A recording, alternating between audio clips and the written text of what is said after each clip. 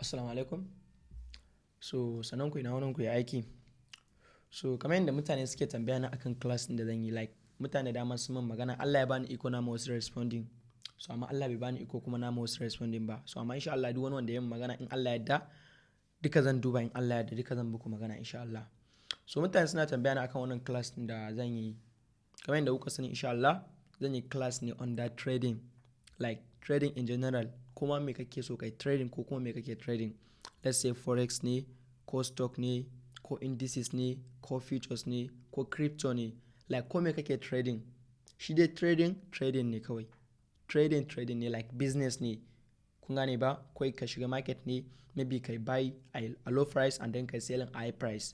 Kun gane? So wanda a wannan financial market din kamar yadda kuka sani ana abu biyu ne, za ka iya buy a lokacin da kake tunanin market za ta tashi ko kuma abin da kake trading zai tashi.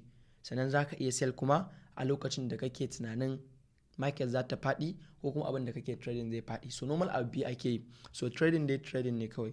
So abin kawai da kake bukata a trading, ko ma wani kalan trading kake so kai, abin da kake bukata ka iya kawai shine kawai na farko ka san basics din abin da za ka yi. Let's say idan forex trading kake so kai, so na farko ka san me basics akan forex. Let's say ka san forex, me forex, su waye suke trading a forex market. Kun gane? Lai yanayin kuɗin da ake zubawa a market din, like kalan tools ko kuma application da ake amfani da shi, maybe trading platform da kuma yanda ake amfani da shi.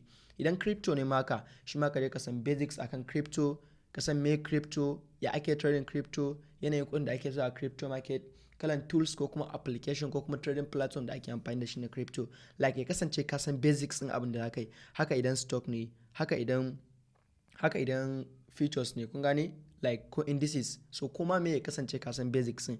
So bayan ka san wannan basics din akan abin da kake so kai, next kuma abin da za ka je ka koya, like shine abu na farko mai matukar muhimmanci shine ya kasance technical analysis. Ma'ana yadda za ka dinga analyzing market. Kun sani wannan market ne wanda dole sai ka koya yadda za ka dinga karanta chart. Wanda akwai different strategy da ake bi da shi wajen under technical analysis. Let's say mu dauka akwai price action. Wanda wannan price action din akwai abubuwa kala-kala da ya kamata a ce mutum ya iya. Wanda idan ka iya za ka iya selecting ɗaya, biyu ko uku ko ka dinga amfani da shi ya ishe ka. Ko sannan muka dauka let's say akwai SMC ko kuma ce ku ICT kamar yadda mutane suka fi sani. Shi ma wanda wannan SMC din nan, like akwai different abubuwa wanda idan ka tsaya ka iya wannan concept din za ka iya daukan abu biyu ko uku ka dinga amfani da shi ya ishe ka.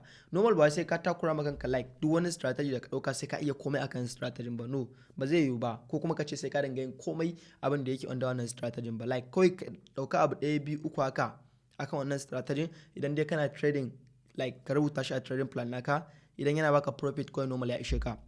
Ko abin da zaka dinga yi sai dai kullun ka dinga upgrading like wannan strategy naka. Don ba zai kasance wai idan ka iya abu kawai ka ce kai ka tsaya nan ba. No, trading kullun yana buƙatar upgrading ne. Ba wai zaka taɓa daina neman ilimi bane akan trading. Kullun dole zaka dinga neman wani sabon ilimi ne. Kun gane ba? So wannan shine abu na farko da ya kamata ka iya a trading, shine technical analysis, yanda zaka iya analyzing na markets. Yanda zaka iya analyzing na market. And na biyu kuma mai matukar muhimmanci let's say shine fundamental analysis. Like yanda zaka dinga duba news, ka san wani kalan news ne zai faru a market. Like kamar yadda kuka sani akwai news wajen kala hudu. Like akwai non economy kamar yadda kuka sani, sannan akwai low impact, akwai medium impact and then akwai high impact. So ya kamata kalan wa'innan news din kamar yadda kuka sani ya kamata duk ka san su, ka san yadda wa'innan news din suke aiki. Domin shi ma news yana ɗaya daga cikin abin sosai da zai taimaka maka a trading. Like zai taimaka maka sosai wajen like samun kuɗi. Kun gane? Like akwai kalan su NNP, akwai kalan su CPI, akwai kalan su PPI, kun gane? Akwai kalan su PMI, kun gane?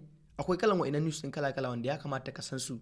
So akwai traders din kawai da su like kawai suna trading news ne.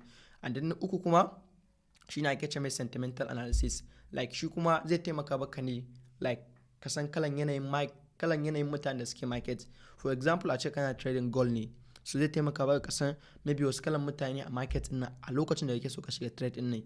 Maybe buyers ne suka fi yawa ko kuma sellers ne suka fi yawa. So hakan ma zai taimaka maka ka san ina ne direction din market din. So wa'innan su ne top abubuwan da ya kamata a ce ka mayar da hankali akan su ka iya muddin idan kana so ka fara yin trading. Like kowane kalan trading ne in general kawai nake muku magana. So idan muka duba kamar yadda kuke gani a wannan class like abubuwan da zan yi gane naku, za ku ga abu na farko dai za yi magana akan basics na forex. Kun gane? Like basic of forex. So wannan basics na forex din zai haɗa baka da abubuwa daban-daban, maybe under crypto ne ko under stock ne ko under futures ne. Kun gane? ko indices ne, like duka zai haɗa maka su ne waje ɗaya. And then na biyu za yi magana akan technical analysis, and then fundamental analysis, sannan sentimental analysis, and then kuma za mu zo under price action strategy, and then SMC ko ICT strategy. Sannan kuma akwai kalan wasu tools da ya kamata ka dinga amfani da su, let's say how to use Fibonacci kamar yadda kuke gani, da kuma how to use moving average. So wa'annan tools ne wanda za su dinga taimaka baka sosai. Sannan bayan wannan kuma insha Allah za yi magana sosai under profams. So na muku magana akan funding account, wanda yanzu idan kana so ka fara yin trading, for now baka bukatan kuɗi. Kun gane ba? Like for now idan kana so ka fara yin trading a wannan financial market din, yanzu baka bukatan kuɗi. Yanzu an shiga one time ne a trading industry wanda kawai abin da kake bukata kawai shine kana bukatan knowledge, like ilimi kawai kake bukata. Muddin ka samu knowledge, ka iya trading, ka tabbatar yes ka iya, ka yi back testing, ka san strategy da ka koya yana aiki. Akwai profam kala-kala wanda zaka ansa profam, zaka fara trading da shi. Ko nawa kai making, akwai wanda suna ba da 90%, akwai wanda suna ba da ma 95%, kuma zaka dinga pay out naka anytime. Sannan kuma idan ka san yadda zaka dinga managing account din, like ka samu wani hanya da zaka dinga samun kuɗi. Ku sani yanzu idan kana a Nigeria, ko da a ce $100 kake making per month, for example nake muku misali, ko da $100 kake making per month ya ishe ka. Yanzu $100 idan kuka converting into naira, ana magana almost 120 zuwa 30. So ba wai karamin kuɗi bane for now, kun gane ba? So yanzu ko da a ce $100 kake making every month, so ya ishe ka. Balantana in Allah ya da, idan Allah ya taimake ka zo ka fara trading profams, like ka zo ka gane strategy, ka zo ka samu maybe account, ko da account ɗaya, misali a ce kawai ka samu account mai 10k kawai, ka samu account mai 10k, ka zo ka yi passing phase 1 phase 2, ka zo ka zama funded trader. So wannan 10k din misali a ce a rana ka je ka ansa 10k account, for example Allah ya taimake ka yi passing ko bara dan gwada wani abu gan, a ce kullun kai a wannan 10k din nan kawai, maybe za ka samu kanka kawai a account fa mai $10,000. Kun ga account $10,000 ba wai karamin kuɗi bane, kun gani? Like kawai ba za ka dinga sa buri ba a rana. Let's say kawai ka dinga sa ma kanka buri idan ka shiga trade a rana, maybe kawai ka dinga samun maybe misali mu ce $50. A ce za ka dinga ɗaukan trade guda uku, idan ka ɗauka trade guda uku a rana, maybe a ce za ka yi loss da kai profit biyu. So wanda kai profit din nan, a ce kana yin profit $25 ne. A ce dai a rana kana making $50. So wannan $50 idan ka haɗa ta times 5 days kenan, kana da almost $250. Wannan $250 din nan kun ga satin farko kenan, idan ka sa shi kuma times 4 a wata, kana da almost $1,000 kenan. Wanda $1,000 yanzu idan ka je ka lissafa yadda dollar take, dollar like ban duba price in dollar ba, tana almost na tunanin 170 ne ko 170. So ka lissafa wannan times 1,000 a wata, ka dinga ɗaukan almost 1.1 million zuwa 1.2 million every month. Wannan ina baka magana akan zaka dinga managing wannan account din kenan, like ba wai zaka dinga over trade ba ko kuma ka dinga risky sosai. Like idan kana kalan wannan trade din, zaka dinga making profit. Maybe a ce yanzu account mai $10,000, zaka dinga risking 1% na account din. 1% na account mai $10,000 shine zaka dinga risking $100 ko? So zaka dinga risking $100. So a ce duk time da kai risking $100, maybe kana neman 1:2 ne ko kuma 1:3 misali fa. So zaka dinga neman 1:2 ko 1:3. Ma'ana idan kai risking wannan $100, targeting naka maybe kana neman $200 ne, ko kuma targeting naka kana neman $300 ne. Kun gane ba? So a rana idan kai trade nan, maybe ka samu trade mai kyau, kai making profit ko kuma kai loss. Sometimes daman kamar da kuka sani a trading akwai profit akwai loss, definitely ku san wannan, duk wani wanda zai shiga trade ya sani. So maimakon a ce ka dinga risking wannan 1% ne, shi ne ba ku misali a ce ka dinga risking 0.5% na account din. 0.5% shine za ka dinga risking $50. So a time da ka risking $50, kawai targeting naka a trade din maybe kana neman 1:2 kawai, maybe 1:2. Ma'ana wannan $50 din kana neman kawai $100. Kana samun $100 kai closing, maybe a rana idan kai trade 1 2 3, so normal ya ishe ka. So shine na baku misali a ce a rana kawai ka dinga managing account mai $10,000, $10,000 account. So ka dinga managing nashi, a ce ka dinga samun $50 kullum. $50 shine na buga muku times 5, shine ya kama nawa? $250. $250 times 4 shine ya kama nawa? $1,000. So $1,000 wannan a watan nan na gaya muku almost 1.2 million kenan. So wannan ba karamin kuɗi bane. So yanzu a profam industry ana making kalan wannan kuɗin, wanda ranar na nuna muku example na mutane yanda suke payout, yanda ake payout. Yanzu akwai different profams da zaka dinga ansa, zaka dinga trading, zaka dinga making wannan kuɗin. So amma like wajen passing challenge akwai abubuwan da ya kamata ka sani. So wannan shine. So amma yanzu kamar yadda na gaya muku, trading abu ne wanda for now baka bukatan wai maybe capital ko sai kana da kuɗi da yawa. No, kuɗinka ko da kana da kuɗi, ni yanzu baka shawara ka ije kuɗinka, domin idan da kuɗin naka ne ma idan baka iya ba za ka yi blowing account naka kenan. So amma idan kuma ka iya, ko ba da kuɗin naka ba za ka nemi kuɗin. Like kana ansa profile naka, let's say 10k, wanda wannan 10k din yanzu akwai profile masu sauki, kun gane ba? Akwai profile yanzu masu sauki wanda za ka iya ansan su, wanda za ka dinga using da su, like za ka dinga making profit haka sosai. Wanda brand ɗin baku misali haka akan wasu profile haka yanzu, ku gani? Wanda za ku iya ansan su duka. Let's say na farko kamar yadda kuke ni, wannan za mu ce wannan shine funding pip. So wannan funding pip din wannan profile ne wanda like suna da sauki. Sannan ma mai wannan profile din like musulmi ne haka, so yana an sauƙaƙa wa mutane haka. Kun gani? Like idan muka duba a cikin wannan funding pip nan, za ku ga shi nan buy challenge. So za ka duba, let's say muka duba daga nan, za ku ga account nasu suna da account da kan mai 5k, 10k, 25k, 50k and 100k. So kowane account nasu, let's say account nasu mai 5k, idan ka duba account nasu mai 5k, za ga like bai da wani tsada. Kun gani? Account nasu mai 5k baya wuce kalan $32. Kun gani? Baya wuce abin nan $32 in naira idan muka duba daga nan, kamar yadda kuke ni 5k account nasu kenan. Wanda maybe a ce 40,000 a kudin Nigeria, na 10k account nasu baya wuce maybe $60. So za ka ansa challenge nasu, idan ka ansa za ka yi passing phase 1, phase 2. Abin kawai da ake needing a phase 1 da phase 2, maybe a ce yanzu ka ansa wannan 10k account din. Phase 1 kawai abin da ake so ka kawo, idan ka duba a phase 1 ana so ka kawo 8% na account din. Kun gane shine $800 kamar yadda kuke ni gashi nan. And then phase 2 kuma ana so ka kawo 5%, shine $5,000, wanda wannan unlimited trading days ne. Like za ka iya bin account din a hankula har wata ɗaya ka samu kai passing nashi. Wanda yanda a cikin duba kamar yadda kuke ni a cikin Discord, na nuna muku like kalan yanayin payout nasu. Za ku gani funding pip yawa shi nan a payout nasu nan, like ga wannan za ku ga ya payout $2,000 kamar yadda kuke ni, ga wani $4,000, so ga wani abin nan $2,000. So haka za ku ta gani like ana payout sosai. Ga wani ina ganin almost $14,000. So wannan profile ne duka ina amfani da su, sannan payout nasu bai da wani problem. Kun gani? Like payout nasu bai da wani problem. So duka za ku, idan kuna so yanzu za ku yi ansan wannan funding pip din nan. Kun gani? Za ku yi ansan shi. And idan muka duba kuma wani profile din, like idan muka duba daga nan, shi like za mu ce akwai funded next. So wannan funded next yana ɗaya daga cikin the best profile wanda ina jin daɗin shi sosai. So wannan profile din za ku ga su suna da guarantee payout ma.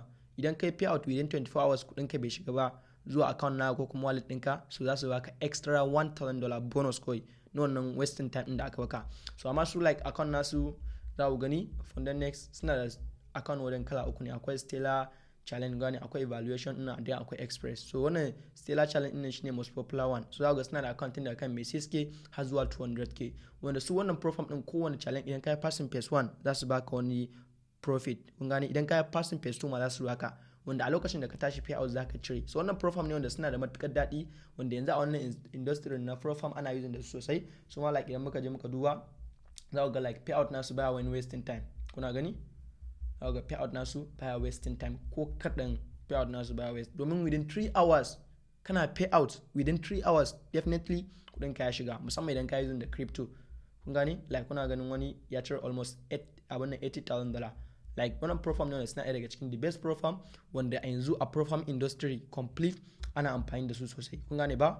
So wannan profile ne wanda shi ma za ku iya ansan shi maybe idan kuna da interest. And idan muka duba next one kuma shine za mu ce akwai funded engineer. So funded engineer shi ma yanzu yana ɗaya daga cikin the best profile wanda ake amfani da shi a profile industry. Kamar yadda kuke sun su ma suna da account daga kan mai 6k har zuwa 300k. So su ma like idan muka je muka duba payout nasu, like ba su da wani problem wajen payout. Kun gani? Funded engineer, yau kuna ganin payout nasu like ba su da wani problem wajen payout. Su ma baya wani taking time, musamman idan kana using da crypto wajen payout, like a cikin ɗan lokaci idan za ka yi payout za ka yi saving payout naka. So shine. Sannan next kuma idan muka je muka duba like profile wanda duka yawanci kun san shi, wanda an fara amfani da shi ina tunanin ya kawo don shekara 8. Wannan shine profile da ake ce mai FTMO. So wannan profile ne wanda kuna ganin sun fara tun 2015. So wannan yana ɗaya daga cikin the best profile a profile industry for now, wanda manya-manyan masu kuɗi, manya-manyan traders wanda suna da millions of dollar fa, so amma kuma still suna sun profile. so ban ta maybe kai yanzu kana dan wani kuɗi kai ka ce babu ruwanka da profam. So profam idan kaga baka passing, so maybe sai idan baka san process din da ake bi ba wajen passing profam. So already sun wasu dan yi discount saboda December, sun dan yi discount akan nasu. So da yake yawanci profam din kan suna yin discount saboda karshen shekara kun sani ba ma iya profam ba duk wani abu haka. So su ma za ga a profam nasu ana trading forex, indices, crypto, kuna gani commodities, kun gane ba, like za ka yi trading a wannan ya daga cikin the best profile. Maybe yanzu idan kai crypto trader ne za ka iya ansa. So akwai profile wanda su suna da application, like za ka iya ansan free trial nasu akan nasu na free trial ka gwada yin back testing. Idan kai back testing ka ga strategy kai na aiki, so ga sai ka san time din da za ka ansa profile ya kama kenan, kun gani. So wannan shine abubuwan da ya kamata ku sani.